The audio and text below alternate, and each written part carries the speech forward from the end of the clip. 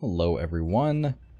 Medic is a unique class, of course, in TF2. It's really the only true support class, and the only healing class, and pretty mandatory for basically every team, right?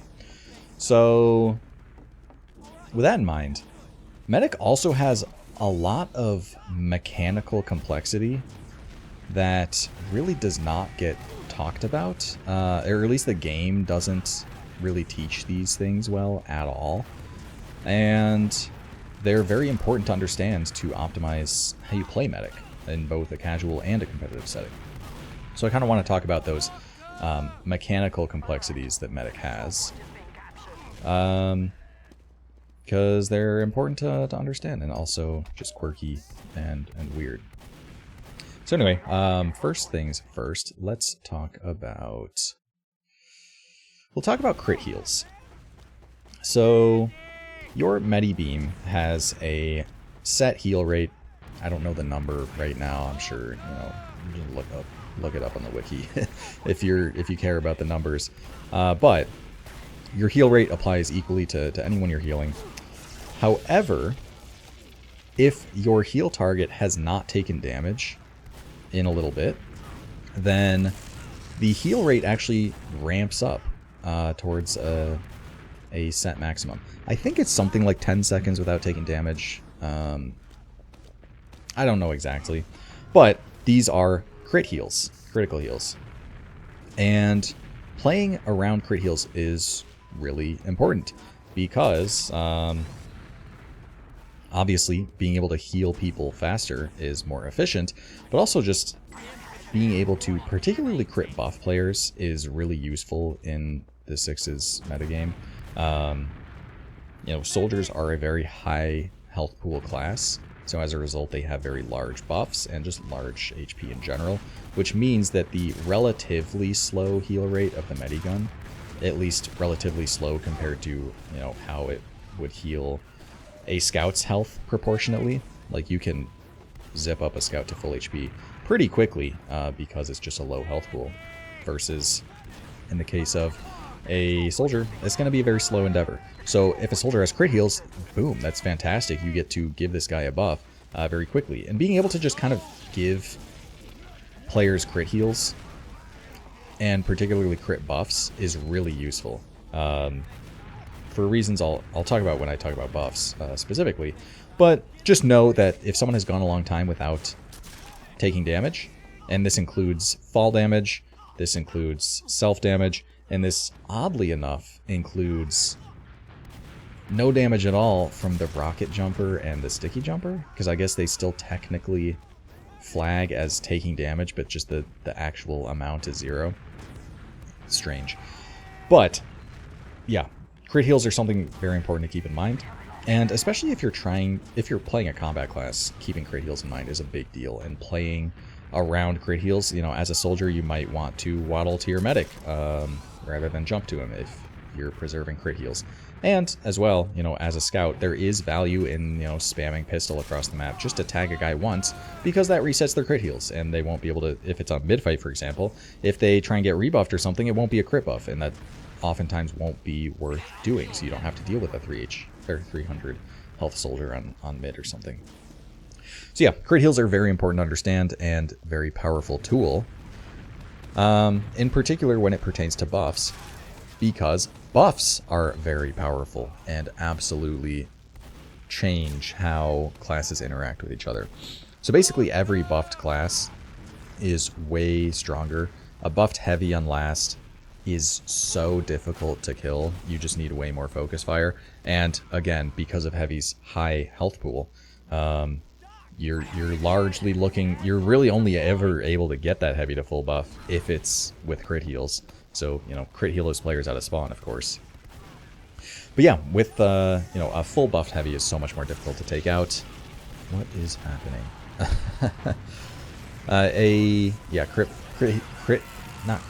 A buffed heavy is impossible to take out. A buffed scout is like the spawn of Satan, I swear. Like, 185 HP scout is so insane. Very difficult to kill, and you can just deal 180 damage, and the scout lives and kills you because the scout class. That sucks so much. As well, you know, a buff soldier, notoriously difficult to kill, and makes soldier bombs so much better for either making space or sacking. Just insane health pool. Notoriously difficult to try and take out a fully buffed soldier. And a fully buffed demo turns from being a vulnerable bomb target that soldiers would like to bomb into something that a lot of the time will kill the bombing soldier and survive, because, you know, as a soldier, if you're bombing a demo and you absolutely just roll that demo and, you know, hit him for 250, that guy's still alive if he has a buff. And that would have been enough damage to kill like a demo and a half without a buff. So buffs make a huge difference, and just kind of passively administering crit buffs is a good thing to be doing. You obviously want to have your players buffed because buffs are so powerful and just make them way more effective. So of course this is the case for, you know, buffing soldiers when they need to get really active, whether that be a pocket soldier making space when you're about to push, or a roamer who's about to sack. And you want to be buffing any players that are about to sack, obviously. But also in the case of, like, for example, if a player gets sent behind and your flank wants to go kill them, well, as a flank scout, just grab a buff first. Why not? It just makes your odds of winning that fight way more effective for really no input, especially if it's crit heals. And if you can get a crit buff, then boom, it basically took no time at all, and you're already just way more effective as a result. So buffs are insanely powerful, and something that I don't really see casual medics really play for, even though, like, a lot of the value in medic at a casual level is in buffing those players, not necessarily just healing off the damage they've already taken. And keep in mind as well, like, if a player with a full buff taking 100 damage, like a soldier full buff taking 100 damage is going to be 300 HP versus or 200. Basically, they're still going to be full HP. You would rather just give that crit buff than have to slowly heal them after they've already taken the damage, right? Just preemptively block or preemptively heal off the damage with the buff, I suppose. Whatever. So yeah, buffs are very important. Next thing I want to talk about is we'll talk about bows next. So the crossbow is definitely the best primary for medic, without a doubt. It's what every single medic uses.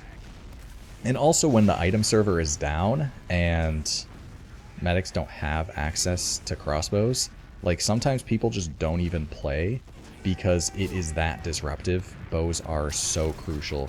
And here I am missing a bow. Bows are so crucial to the game, and make medic way more effective, make soldiers way more mobile, and generally just speeds the game up and makes the game a lot more interesting, especially from a medic perspective. So why are bows so good? I mean, for starters, they just administer healing at a faster rate than the medigun at range. And it's like instantaneous. It just passively reloads. So you just pull it out, rip a bow, and boom, your soldier that was 100 HP is now full HP.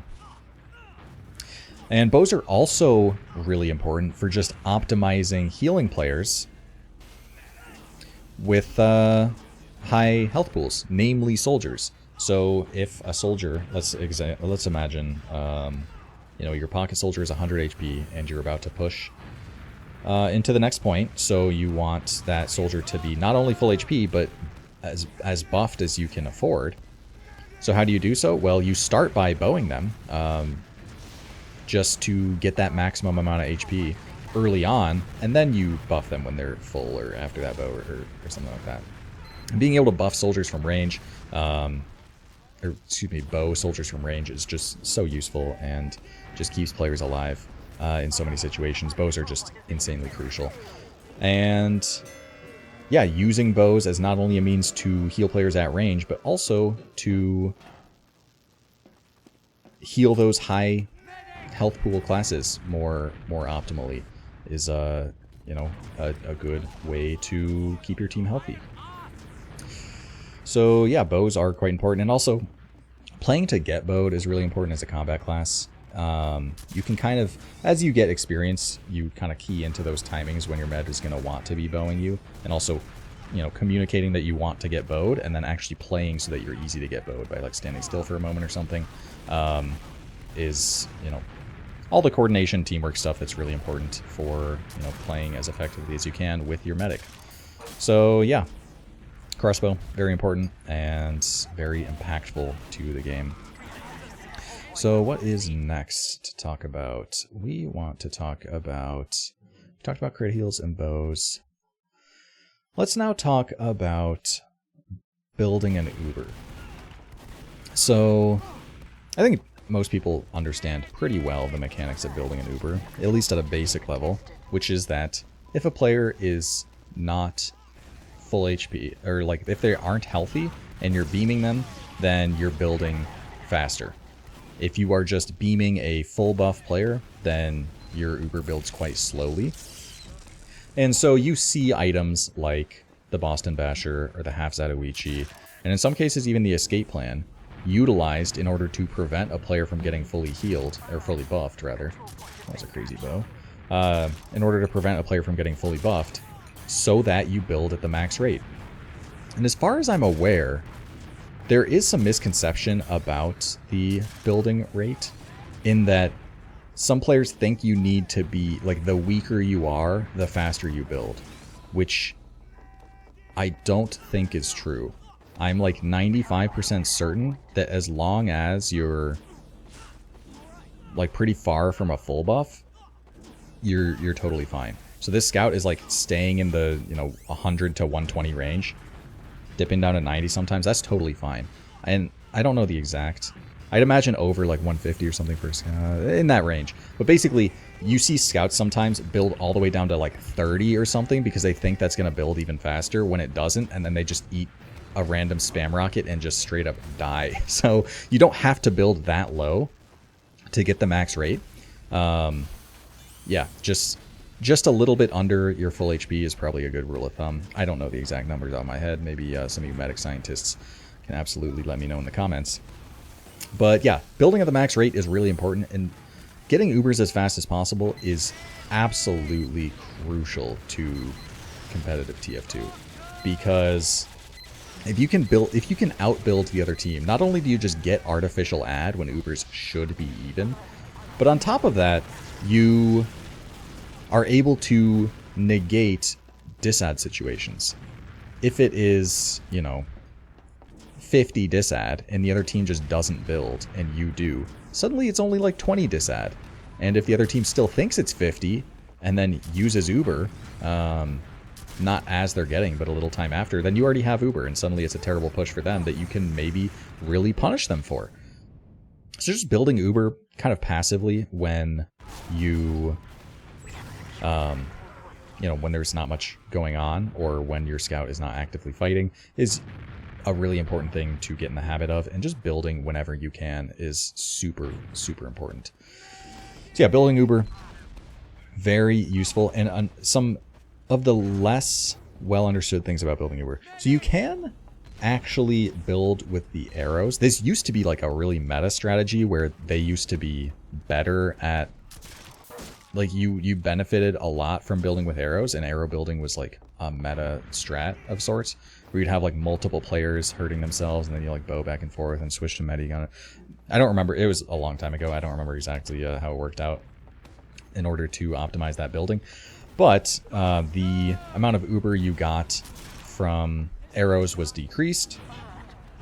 But you still get some Ubercharge from arrows, so you can actually set up like crit bows that do give you like a slightly better build rate if it's like particularly long range. And I don't understand the mechanics that well behind them. Not something you see too often, but if you have the time to like set up a crit heal bow at long range for whatever reason, then yeah, you might as well do that to try and optimize. But another thing that's not super talked about is the fact that when you quote-unquote like flash a player during building, or at the very least switch your beam target while building, you actually build very, very slightly slower. It's like 2% slower. So if we imagine, you know, my scout is building and my soldier rotates over for a buff, and I buff my soldier, even though I'm still like healing them at the max build rate, the act of switching targets does slow the building process just a tiny bit. So if you really are highly focused on maximum building, then yeah, you do want to only keep it on one target and wait to buff players until later or something. Which is, you know, just small optimizations here and there. But again, you know, I might argue that in like a disad situation, it's more important to have your both soldiers at 300 than it is to have an extra 4%. I suppose it'd be 8%. Uber. Because yes, sometimes those last holds do come down to literal like single-digit percents. You know, medics dying at 99 trying to stop the point. But also full buff soldiers are insanely useful. So yeah, there's some trade-off value there. Anyway, though, building is obviously very important, and even if you don't have a build target necessarily, just kind of passively healing other players who aren't full buff is not only a great way to keep your team healthy, but also just kind of passively build Uber faster than you would be if you were just beaming the same guy over and over again. Anyway, let's move on to the next thing, which is flashes with Uber. So I already talk about flashes in depth when I talk about Uber exchanges. That was a bad feed. I think that we are just messing around here. So anyway, I already talked about flashes a lot in a video where I talk about Uber exchanges. That might be on the second channel. I don't recall. However, flashing is really important, and in Uber exchanges, it's really important in particular. I guess the cliff notes right now is that in an Uber exchange, one of the most important things is not only where you end your Uber, but whose Uber ends sooner. Because whoever's Uber ends sooner is very vulnerable because the other team has some time frame in which they are Ubered and the other team is not, which is really powerful, of course. So obviously the team that uses the Uber first is already going to have their Uber end sooner, but not always. Because when you're Ubered and you flash a player and give them Uber, that actually decreases the amount of remaining time your Uber has. So if, for example, a team uses first, but forces a lot of flashes on the other team while remaining a solo Uber, then it's actually the team that flashed and the team that used later whose Uber ends sooner, which is a big deal. So a kind of optimization that teams want to make during exchanges is avoid flashing as much as possible, because it is really all about whose Uber ends first, and being able to force flashes on the other team is criteria that actually makes an exchange more desirable, I suppose.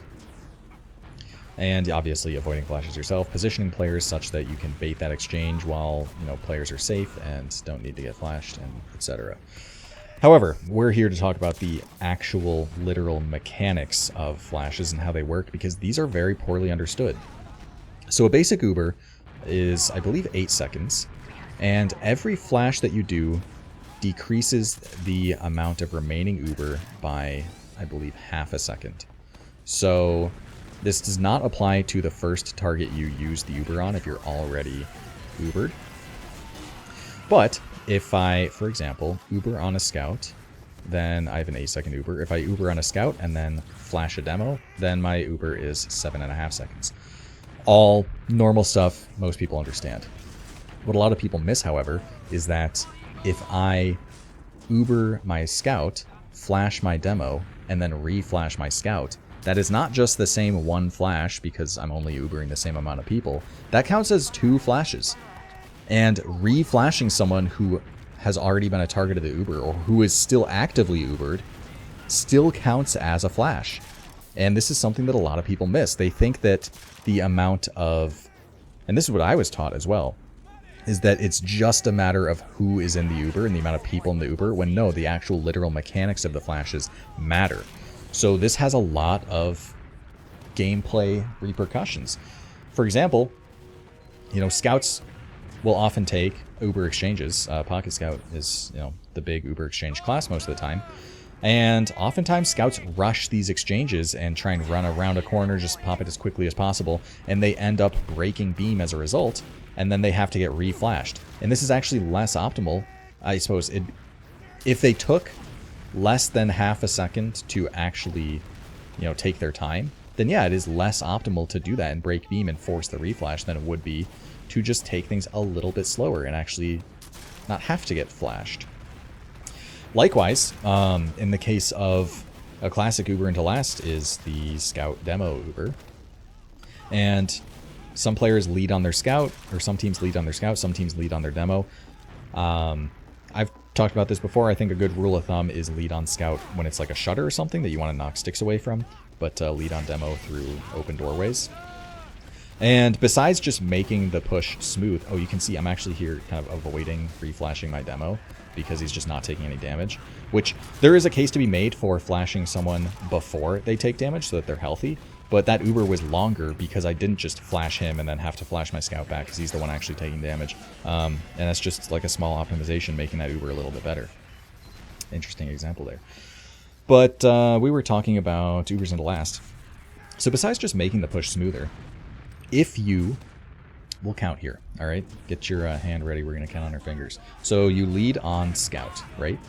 You Uber, so that's 0 because you were already beaming him. And then you flash your demo in for a bomb. That's 1. You flash your Scout to get Scout speed and catch back up to your demo, so that's 2. And then you re-flash your demo as he lands, and that's 3. There are going to be some cases where you might not need to reflash your demo, maybe, but most of the time you will, because they're going to take some damage, oftentimes from like a sentry gun or something.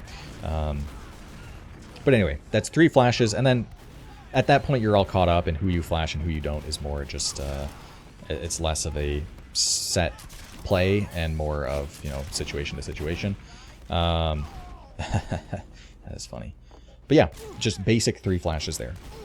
However, if we lead on demo, let's count again. Lead demo, 0 flashes. He bombs in, you flash Scout to catch up to your demo, that's 1. And then you reflash your demo, and that's 2. And we're at the same situation again with only 2 flashes rather than 3. And that's half a second longer of an Uber, which can be a big deal. So I think if you can afford it, then leading on demo, you're going to avoid fewer flashes. And that's important, of course. So understanding flashes and the actual mechanics behind them is really important. Another example as well.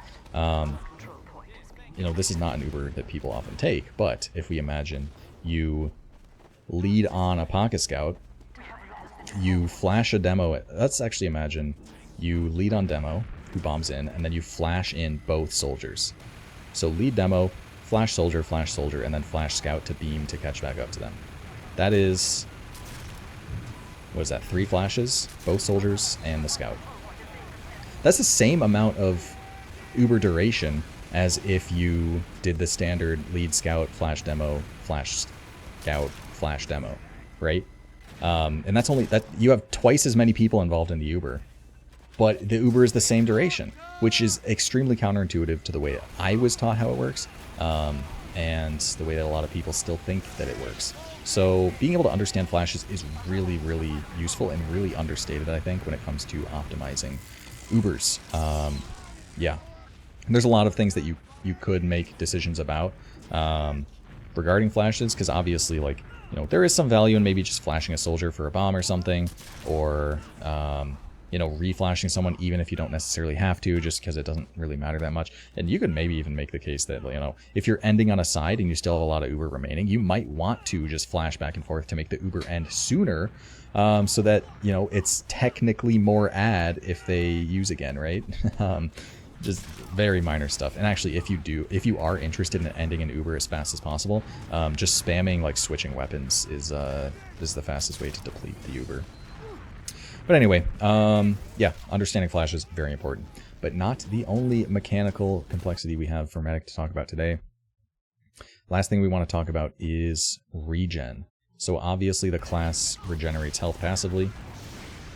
However, how much you regen is not standard. I think there is some, there might be, I don't know if there's randomness associated with regen or not. There's definitely some kind of pseudo randomness. You know, you hit the med for 150, but because he just happened to get a tick of regen in between those shots, he gets to live. That can be annoying. But when it comes to regen, you can increase your regen rate by healing players who are weak. And this is not like build rate weak necessarily, but like actually like really, really weak. You get to regen more health. So this isn't really something you'd want to be setting up necessarily by having someone do a lot of damage to themselves, because, you know, in the same amount of time you can just get a health pack. However, you know, a common situation of a soldier bombs in, gets a lot of damage on the medic but doesn't get the kill, and let's imagine someone else on the team took a bunch of damage in the process. So, you know, if you have a soldier who's 50 HP after the pressure, and your medic is 20 HP, then yeah, your medic can just beam that soldier rather than bow him, as we were talking about earlier. Obviously, you want to be bowing guys largely, or bowing those soldiers. But no, in a case like that, it makes a lot of sense to instead just beam the soldier, so that your medic gets to regen health much faster and be a lot healthier. So yeah, regen, another thing important to understand, how you can affect it and potentially get more regen. So yeah, there's a lot of really poorly communicated mechanics to medic, and medic as a class is one that is largely dictated by knowledge, because it's mostly going to be game sense and your understanding of those mechanics. So yeah, I think it's really important information. And, you know, at a casual level, if there's anything to take away, just like crit heal people, just buff people.